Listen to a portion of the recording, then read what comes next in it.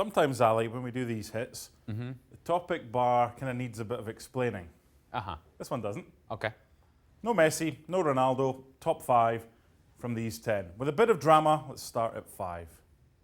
Right. This is a token defender we're going to put into the list. Okay. Token defender. Well, I'm just saying. The other guys are attacking players. There's a reason as to why he's even on the list, and that is because, well, he has been outstanding. Yep. Now, I will tell you that there's been moments this season in which he hasn't been at his very best. But I'm going to give him sort of a lifetime achievement award, and I'm going to say last season was impressive. Last season was world-class. Continues to be a world-class player, but it's not higher on this list because hasn't quite been at his very best. And he's a defender, and let me tell you, the game is about attacking. I know there are some purists out there that say we need defenders. Okay, well, he's on the list. He's the best in the world, though, Yeah, his position. correct, correct. Okay, top 4. So it's basically your top 4 attackers. Who you got at 4? This gets tricky, let me tell you. I'm going to go Kevin De Bruyne. At 4, See. okay. Could be higher. Maybe should be higher. I already hear some gasping going on in the background. But I will say that Kevin De Bruyne is outstanding at what he does. And his ability to find passes and his ability to add himself into the attack. I would like for him to add more goals into his game because when he does score, they're spectacular. And he has that in his game as well. And so I think Manchester City would benefit from Kevin De Bruyne and Belgium would benefit from Kevin De Bruyne adding more consistent goals into his game because I think he is that good of a player. In my opinion, when I look at Kevin De Bruyne, he is the most complete midfielder in the world. So, a defender, a midfielder. Best in his position. Yeah. Best in his position. So you're going for strikers. What can I say? I may be biased. That's okay. That's all right. That's what I'm about to pick is not bad. It's not bad. Now, this guy, at his best, could potentially be on top of this list, but hasn't been at his best. Oh, that was cheeky. That was like you in the box when defenders, where did they go? And then you, hey, I brought you to the near post, then have- went back post for a little tap-in action. See, Neymar, at his best, he's on top of this list.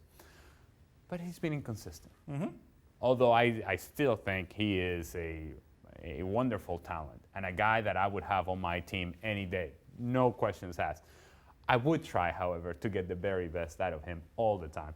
That's been a problem at times at PSG, but it wasn't a problem at Barcelona. And I don't think, if you have a choice, I don't think that you can keep Neymar out of this list. And you have to say, you know what, the talent is so overwhelming and the potential is so overwhelming that you have to keep him involved because, oh, by the way, at his best, as I said before, he may be the best of the bunch. Got 2 Liverpool boys, Kylian Mbappe from PSG, Raheem Sterling and Eden Hazard. At their best then maybe, but he's struggling with injury. He's not had the best season. He's great.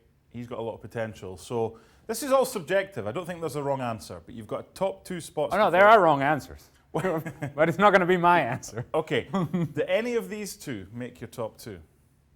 Why would I tell you that? Where's the drama? Where is the drama, Mark? Not yet. Oh, so not yet. Okay. Not yet. Best in his position.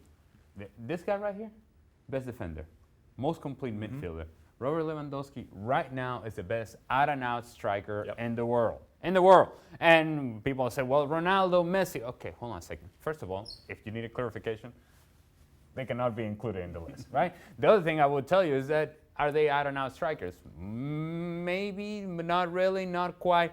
Number 9. Number 9. Focal point of the attack, Robert Lewandowski, best in the world right now, head and shoulders above everybody else. Yeah. Yeah. So right now, without Messi and Ronaldo, before you tell us, are you basing it on form right now?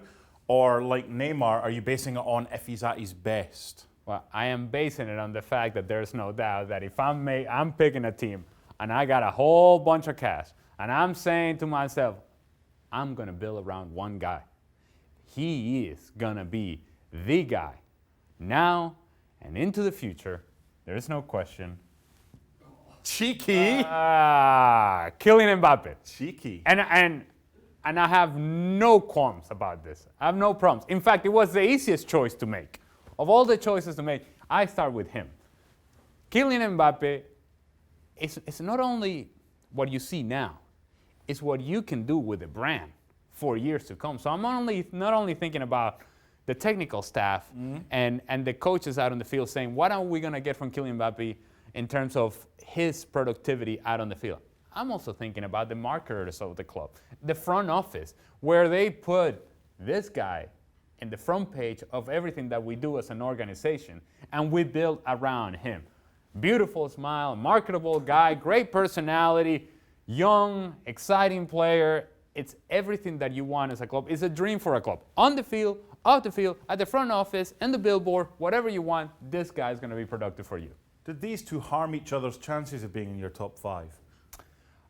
I don't think Mohamed Salah has been consistent enough, even though he has scored a bunch of goals.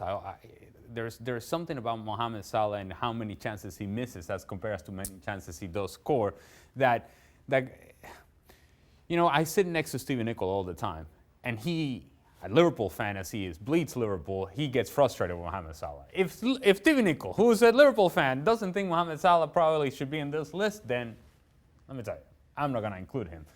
Sadio Mane was close, but not close enough. I think I'm very comfortable with my list, and if somebody wants to argue about it, go ahead. But this is a bunch of good players right here.